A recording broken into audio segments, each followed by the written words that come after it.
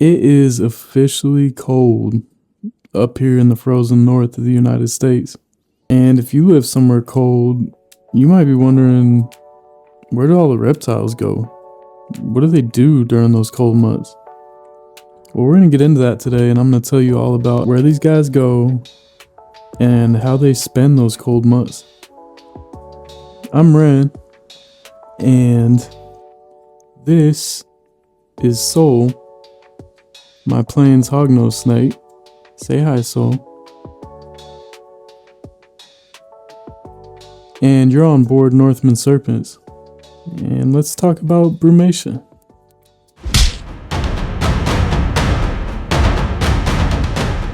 So, real quick before we get into what they do and where they go, I do want to make a quick distinction between hibernation and brumation, which is what reptiles do.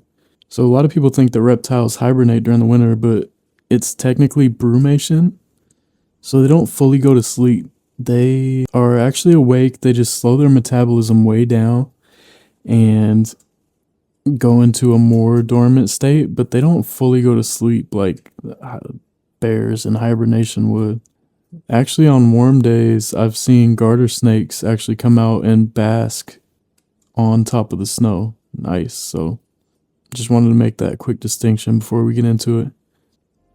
So different groups of reptiles might approach brumation differently. And reptiles in warmer places like Arizona, they might not even go into brumation. Their activity might slow a little bit, but places like up here in Washington State, they do brumate. Animals like Soul here, if he was in the wild, well, let's be honest, if he was in the wild, he probably wouldn't make it to his first brumation because he is built like a fishing lure, looking like a orange gummy worm. Is not the best survival tactic. Seagull would look at him like a shiny Pokemon, like a holographic card, and he'd just, let's not even eat this fry, we're gonna put this above the mantle. But in the wild, Soul is a species that brumates.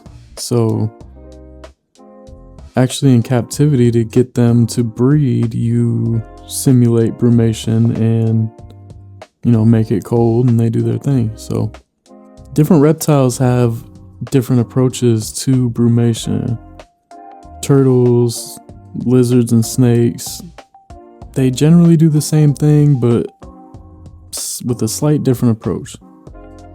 So for instance, turtles can vary quite a bit between species. Your eastern box turtles, those guys can bury themselves like 2 feet underground. It's crazy. Actually doing research for this, I'd say turtles I'm the least well versed in out of all the reptile groups. So I did the most amount of research on turtles because I, have the least amount of info. And during my research, I actually came across this lady that was burying her turtles on TikTok.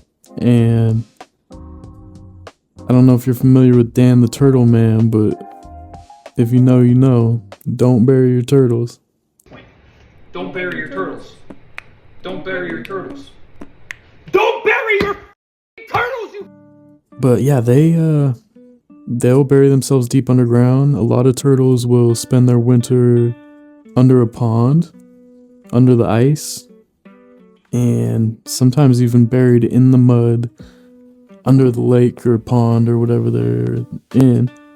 And you might be asking yourself, how do they breathe down there? Let me tell you, you're gonna regret asking, but I'm gonna tell you anyway. You're gonna wish that you didn't want to know. Just know that you're never gonna look at turtles the same. We will get into that here in a minute. Honestly, I feel like turtles are like masters of security. Cause like, what's more secure than, you're already in a shell. And then you're gonna go winter under a frozen lake in the mud. Like, who are your ops, bro? Man, you're like a bad supervillain. But you know who else is good at security? Is Nord. I'm just kidding. I don't have sponsors, but you know, if anyone wants to, I'm open to it. I suppose now you want to know how they are breathing under there. And there's no easy way to say this. They breathe through their out.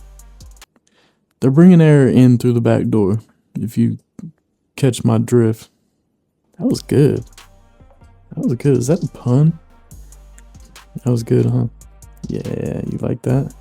They breathe through their cloaca, which is just like on snakes. It's gonna be this part, which is basically where the magic happens and also where the crapping happens. I'm sorry for this whole segment.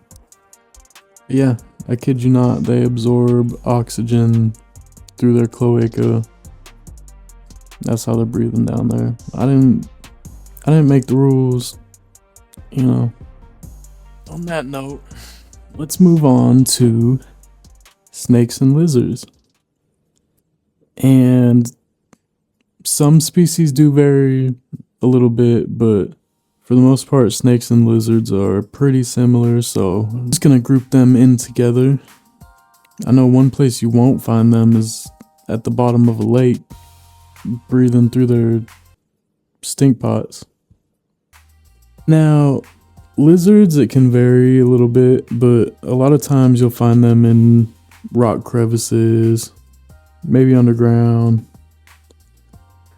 anywhere really secure that keeps them out of that cold air.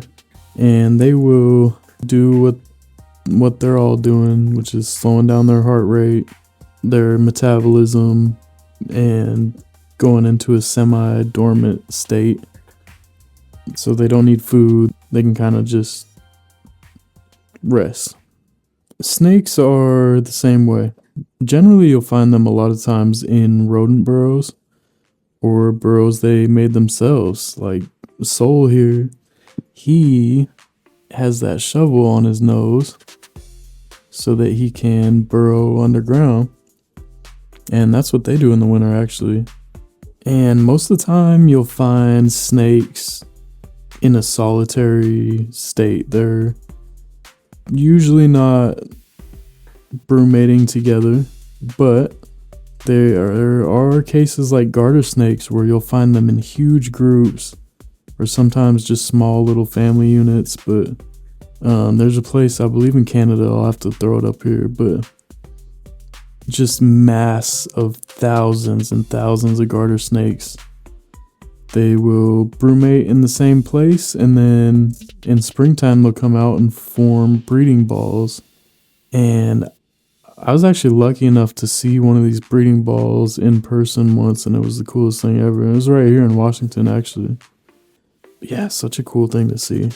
I'll see if I can find some footage and throw it up there. But yes, I mean, some snakes you might find them in rotten logs, leaf litter, but the safest place for most of them is going to be in either a burrow they made themselves or a rodent burrow that they took over. And I mean, what better place, you know? I feel like a rodent burrow is like heaven for a snake, right? A bunch of little mice in there you can chomp on. And yeah, like I said, it varies from place to place, but in most places you're going to be like October to April. And yeah, they're most likely in there celebrating a multitude of holidays. Yeah, generally they're not going to require food. And you can apply this in captivity. In order to breed hognoses, or my bull snake Bjorn, if I wanted to breed him, I would put them into brumation. which is what I'll probably have to do with these guys next year. When they wake up, that's when they breed, so you simulate that state for a couple months and then wake them up and pair them together, and boom bam. When mommy snake loves the daddy snake, you get some eggs. Yeah, hopefully that quenches your curiosity on what these guys are doing all winter. It's pretty fascinating, and if you want to actually help the wild snakes by your house, you can build what's called a hibernaculum. I believe I'm saying that right. You know, feel free to correct me. I never claim to know everything, so if I'm ever wrong, just throw it on down there in the comments. But I believe it's called a hibernaculum. You dig out a space, put some bricks and hides, and almost like you're setting up an enclosure but underground. And that provides a safe place for them to find refuge through the winter, because being in brumation is a vulnerable state. You know, they don't have much energy, they're not moving very fast. I think I'm gonna try doing it when I get some property. I'm currently in an apartment, so building one here just doesn't make much sense. But if you guys want to see a video on how to build one, I've actually been researching it, so maybe I could mock one up in here or something if you want to see how to do it. I think it's an awesome idea. So yeah, if you enjoyed hanging out with us today, I would be grateful if you hit the like button and even subscribe if you want to see some more reptile videos. Man, look at this early gift that my wonderful fiance Frankie got me. I can't zoom on this, but isn't that awesome? Here, let me grab it.